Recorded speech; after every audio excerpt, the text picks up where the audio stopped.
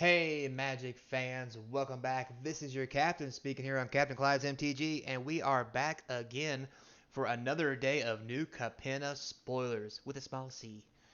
So that's right, this is part 2 for 4-8. Let's get into it and take a look at some of the sweetness that is new Capenna spoilers. So let's start it off with something easy. That's right, basic lands. So here are the forests. I'm pretty sure these have been previewed already, but here's the two forests we got. You go through here. Here's the rest of the two art style of lands. Um, I have a feeling that this will be played very much in limited and standard in all formats. Well, actually, probably only be played in modern because all the lands are special lands. There's no basics on most part. But yeah. So moving right along past this. Next we have the Snooping Newsy. So for a black and a blue, you get a 2/2. Not bad already. When he enters the battlefield, mill two cards. All right, so you mill top two cards in your library. As long as there are 5 or more mana values among cards in your graveyard, Snooping Newsy gets +1/+1 and has lifelink. Not so hot. I mean, probably gonna be okay. In limited, maybe. I don't see it being good in anything else really. A 3/3 is just there's better things for 2 mana that get bigger than 3/3 cheaper. So yeah, moving right along. Next, we have an uncommon, Fairy Vandal. So for a blue and 1 flying flash, whenever you draw your second card each turn, pull +1/+1 counter on Fairy Vandal. 1/2. That's right, this is a reprint from Throne of Eldraine. However, it's not as cool, I guess. I don't know, it's just weird. So moving right along. Next, we have Join the Maestros. Black and 4. I hope I said that right. Casualty 2. For those of you who don't know, casualty means you must sacrifice a creature of the casualty number or higher to copy a spell. You get to create a 4/3 black Ogre Warrior creature token. Very nice for late game when you have a 1/1 on the field. It's going to be great and limited.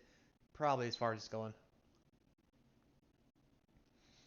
We have a rare, Cut Your Losses. So for 2 blue and 4, you get a sorcery with casualty 2. Target player mills half their library, rounded down. So, this is going to clearly be good in limited where people play 40 card decks. Because you can mill them for 18, then mill them for 9, and that's pretty much the game. I think this should have probably been something around the level of a mythic. I know 6 mana is a lot. I probably won't see play in older formats, but it will definitely be something added to Commander, and the foil will probably be worth a decent penny. Moving right along. We have the Grizzly Signal for 1 black, which looks like an uncommon. Casualty 1. So choose target creature or planeswalker. If it was dealt combat damage this turn, the Sigil deals 3 damage to it, and you gain 3 life. Otherwise, the Sigil deals 1 damage to it, and you gain 1 life. Probably limited at best. Moving right along. Uh-oh. SpaghettiOs. We have our first mythic.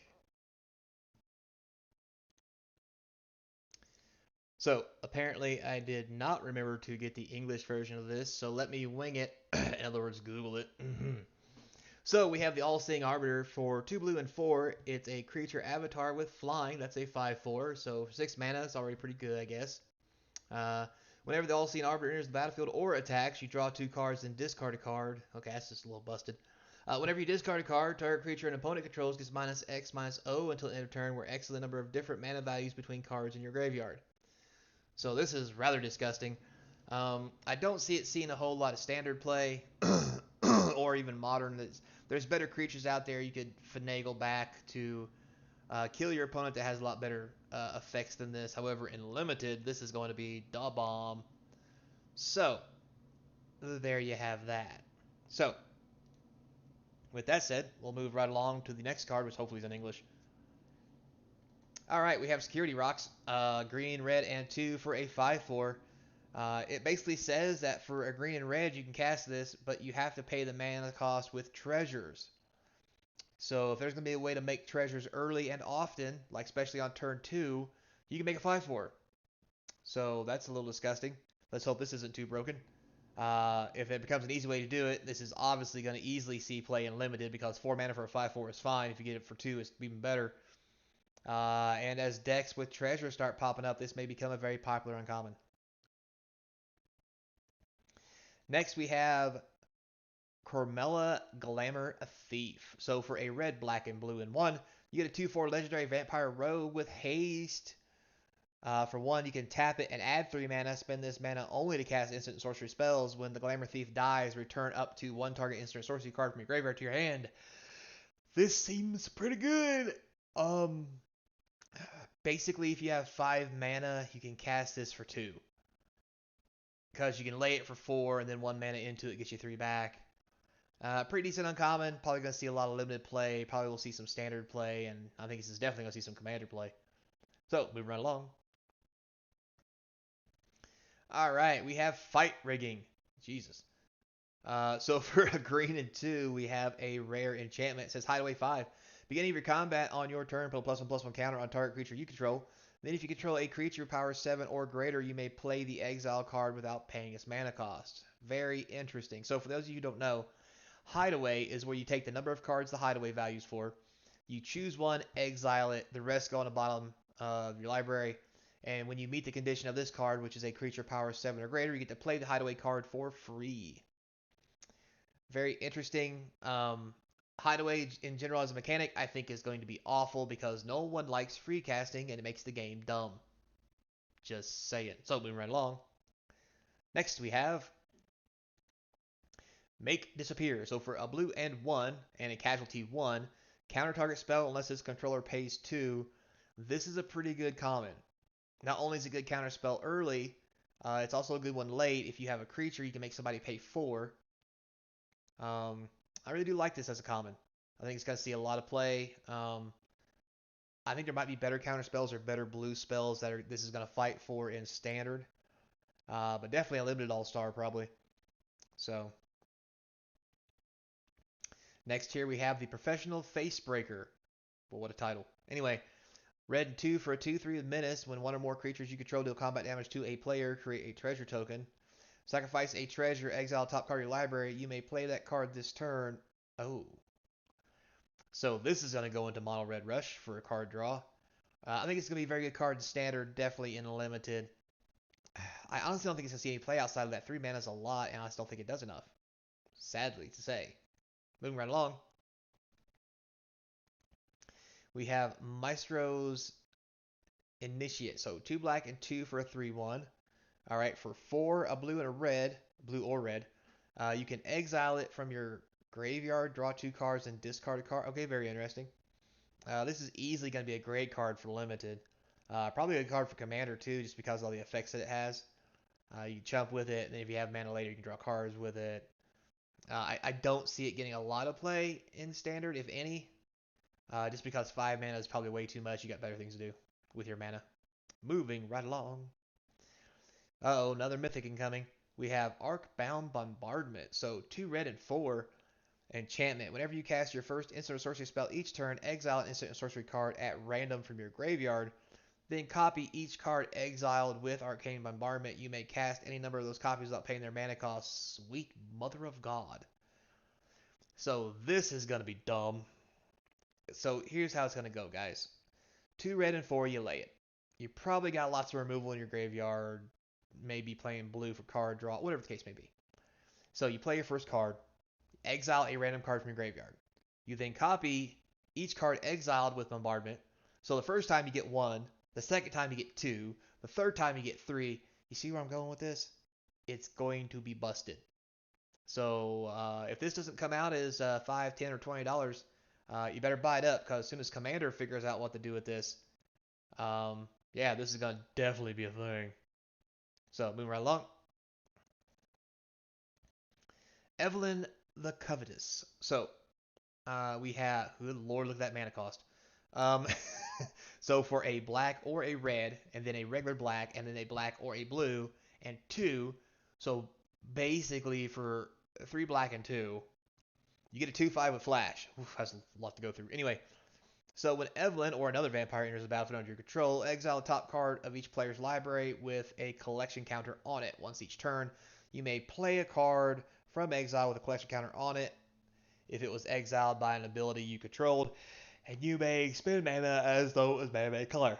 Oh, excuse me. So this is gonna be just the bomb. This is the vampire every vampire deck's been looking for. It can even be played in mono black. In Commander, it's gonna be a great card because it technically has 3 colors in it. Even if you're playing a mono black Commander deck, so like this is just seems like a great card for Commander for me. And to be honest, for 5 mana, um, this might be good enough for Standard. Definitely gonna be good enough for Limited. That's probably as far as it's gonna go, but still, I mean, might even see it show up in a Pioneer Vampire deck or something. Moving right along, Maestro's Diabolicist. This. Anyway, red, black, and blue for a 1/4 Death Touch and Haste. Yeah, because them 1/4s with Death Touch need haste. Whenever the Diabolicist attacks, if you don't control a Devil token, create a tapped and attacking 1/1 red Devil token that when it dies, it deals 1 damage to any target. Um, I mean, if it's going to be fine for limited. I think there's better things to do in standard with your mana than this, but I definitely could see where this could be an amazing commander card. And it does fit right in with the color scheme, so yeah, probably. Moving right along. All right, we have Maestro's Ascendancy. Hey, look at that. Like a professional. I put English on it and stuff. Anyway, so for a red, black, and a blue, we have an enchantment. During each of your turns, you may cast an instant sorcery spell from your graveyard by sacrificing a creature in addition to paying its other cost. If a spell cast this way will be put in your graveyard, exile it instead. Wow. This is definitely gonna be pretty good, probably with the right deck setup and limited. It's gonna take a lot to get going though. In standard, however, this could be insane. And in modern or pioneer, especially commander, this thing's gonna be crazy. Crazy. Did you catch that? Yeah, this is gonna easily be a very popular enchantment, worth easily $5 to $7. Foil's going for a lot more. So moving right along. Dig up the body. I almost thought that said booty. Anyway, so 2 black and 2. It's an instant casualty 1. So you mill 2, then return a creature card from your graveyard to your hand. So what this really says is pay 2 black and 2, sacrifice a creature, mill 4 cards, pick the creature up you just killed, or swap it out for a better creature. As a common, this might not get a whole lot of play, but it is pretty cool. I'm not gonna lie. Next, we have the Unlicensed Dispatch. So for 3 black and 3, get an uncommon sorcery. Casualty 3, it's pretty steep. Search your library for a card. Put that card in your hand and shuffle. Alright, so basically it's Demonic Tutor, or Diabolical Tutor for 1 extra mana that you can casualty 3 to get 2 cards. I don't think it does enough. I think it costs too much. Although I still think it's on par for what it should be. Because of that, I don't think it's going to see a whole lot of play except maybe in limited, and that's even pushing it because it's only a 40 card deck. What do you really go searching for? I mean, unless you got 1 bomb in your deck or something. Now, Commander, take it back. Commander will love this thing because, yeah, you search up a card or 2 in your 100 card deck. Yeah, you need to do that. So, if this is powered by anything, it'll be Commander. Moving right along. Corpse Examiner, also known as Creepy Dude. Anyway, so for a red, black, and a blue, it's a creature. It's a vampire rogue. When a corpse examiner enters the battlefield, exile up to 1 target creature card from your graveyard. It says from the graveyard, so you can pick one. If you put that card into exile this way, look at the top 3 cards of your library, put 1 of them into your hand, and the rest into your graveyard. Interesting. It's a 3/3 that has a search ability, basically. I think I like it. I think it's going to be pretty good and limited, obviously. This may even find a place in standard. I mean, 3 manas for 3/3s that dig up other things and let you put a card in your hand. I mean, it's any card too, so it's not like it's only creatures. You look at the top 3, you don't have to show your opponent. 1 goes into your hand, the rest go into your graveyard. Like, I think this has legs, dead ones, but it has legs. I really like this card. I think it's gonna be good in Pioneer, Commander. I think it's gonna be one of those uncommons that starts being put in all the decks that can be played in. Moving right along. Maestro's Theodore. So this common land, when it enters the battlefield, you sacrifice it.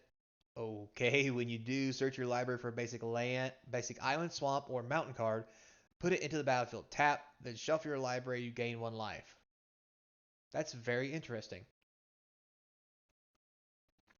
So it's basically a evolving wilds that you don't have to tap. It automatically triggers, and it only gets you one of 3 different lands, and you gain a life. I think I like it. Cause yeah, I think I like it. It's gonna be great and limited just because it immediately filters your deck. Standard may start playing this because deck filtering is really hard to do, and this will really help with that. Um, I mean, this will probably see Pioneer play just because of the searchability. If the tapping land coming to play tap isn't too much of a detriment.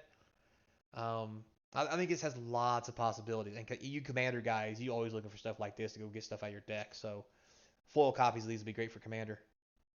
Moving on. All right, we are to the Commander deck section. So we have 2 cards left from Commander. We have Kroos, Defender Contractor, blue, white, green, 1 for a 2/4 Cat Advisor. At the beginning of your upkeep, put a shield counter on target creature and opponent controls. Okay. Whenever you put 1 or more counters on a creature you don't control, tap that creature and goad it. It gains trample until end of turn. Okay. So I guess I gotta remember this is a commander card. That's why I was like, what is going on here? So I think it's gonna be a pretty good card for commander. I mean, goading creatures and commander is always cool to make them attack other people and stuff like that. Uh, Plus, by putting a shield counter on it, that means you can help the person who's probably the weakest actually get a hold of somebody. It's gonna be very interesting how this plays out. I think it'll be a good commander. Uh, Maybe not the end all beat all commander, but definitely one of the 100. So not too bad. I like it. Love the set symbol.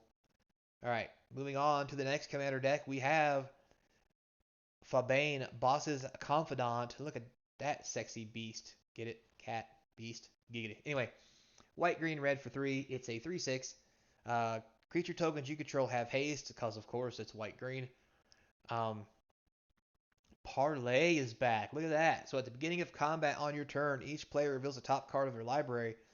For each land card revealed this way, you create a 1/1 green and white citizen token. Then creatures you control get +1/+1 till end of turn for each non-land revealed this way. Then each player draws a card.